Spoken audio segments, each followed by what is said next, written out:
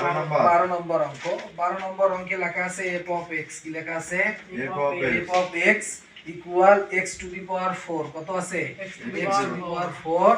তারপর হচ্ছে plus 5x plus কি আছে 5x মাইনাস কত আছে 3 মাইনাস কত আছে 3 একবার আমরা নির্ণয় করব f of মাইনাস 1 এর মান ঠিক আছে আরেকবার কি নির্ণয় করব বলো দেখি f of 2 এর মান কিসের মান f of 2 এর মান আরেকবার নির্ণয় করব কিসের মান বলো দেখি আরেকবার হচ্ছে নির্ণয় করব f of হাফ এর মান কিসের মান f of কি নির্ণয় করব হাফ এটার মান নির্ণয় করব তাহলে প্রথমে আমরা এটা দিয়ে শুরু করি f of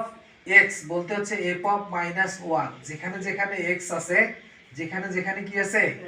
x আছে সেখানে সেখানে কি বসাবো 1 বসাবো কি বসাবো -1 এটার উপর কি দিব 4 প্লাস 5 মাইনাস কত 1 মাইনাস কত 3 ঠিক আছে কে বোঝো নাই বলো হ্যাঁ বুঝছি স্যার মানে বুঝছো সবাই বুঝছো x এর জায়গায় -1 হ্যাঁ এইটা হবে 1 এটা কত হবে